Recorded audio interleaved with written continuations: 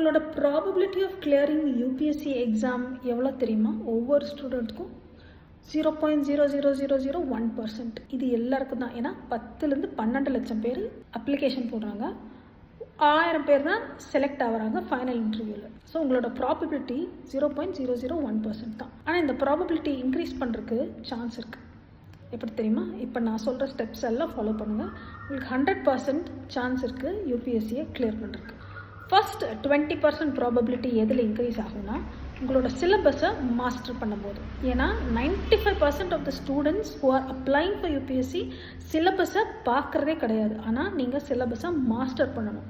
அப்போது உங்களோட ப்ராபபிலிட்டி 20% ஜாஸ்தி ஆயிடுது. ரெண்டாவது, உங்களோட PYQs, questions, patterns, themes, types இதெல்லாம் தெரிஞ்சு அதையும் மாஸ்டர் பண்ணிங்கன்னா உங்களோட ப்ராபபிலிட்டி 20% அதிகமாக கூடுது. So master syllabus, master PYQ.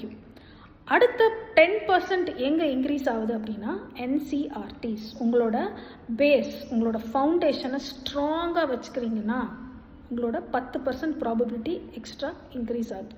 Next, உங்களோட ஸ்டாண்டர்ட் புக்ஸ், ப்ரிலிம்ஸ்க்கு மட்டும் இல்லை மெயின்ஸுக்கும் சேர்த்து standard books, optional books, news papers, current affairs எல்லாமே சேர்த்து நீங்கள் எல்லாமே உங்களோட ஃபவுண்டேஷனை வச்சு பில்ட் பண்ணினீங்க அப்படின்னா உங்களோட அடுத்த ப்ராபபிலிட்டி இன்க்ரீசஸ் டு 20%.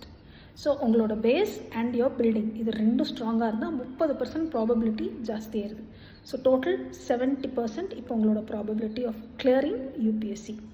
நெக்ஸ்ட் 10% எதுலேருந்து வருது அப்படின்னா பீரியாடிக்கல் ரிவிஷனுக்கு ஒவ்வொருத்தருக்கும் ஒவ்வொரு ஃபார்முலா அப்ளை பண்ணுறாங்க. பட் நீங்கள் என்ன ஃபார்முலா அப்ளை பண்ணி ரிவிஷன் பண்ணுறீங்க அப்படிங்கிறது ரொம்ப முக்கியம். அண்ட் ரிவிஷன் பண்ணணுன்னா உங்களோட ரிசோர்ஸஸ் ரொம்ப மினிமலாக இருக்கணும். Limited resources, maximum revision. So 10% extra probability ஏறிடுது. அடுத்த 10% எதிலிருந்து வருது அப்படின்னா உங்களோட மார்க்ஸ். ரொம்ப ஸ்மார்ட்டான ஆஸ்பிரன்ஸ் மட்டும்தான் மார்க் டெஸ்ட்டை வச்சு தன்னோட வீக்னஸை கண்டுபிடிச்சி அதை அப்கிரேட் பண்ணி ரெடியாக இருப்பாங்க யூபிஎஸ்சி எக்ஸாமுக்கு. ஸோ உங்களோட ப்ராபபிலிட்டி இப்போ 90% இன்க்ரீஸ் ஆயிடுச்சு டு கிளியர் யூபிஎஸ்சி எக்ஸாம். மிச்ச 10% லக் அப்படின்னு சொல்லுவாங்க. ஆனால் அது எங்கேருந்து தெரியுமா வருது? உங்களோட ஹார்ட் ஒர்க், உங்களோட ஸ்மார்ட் ஒர்க், உங்களோட கன்சிஸ்டன்சி, உங்களோட ஸ்கில் டெவலப்மெண்ட் இது எல்லாம் சேர்த்து தான் உங்கள் லக்கும் வருது. டோட்டலாக இது எல்லாம் நீங்கள் கடைப்பிடிச்சிங்கன்னா உங்களோட probability of selecting or clearing UPSC is 100%.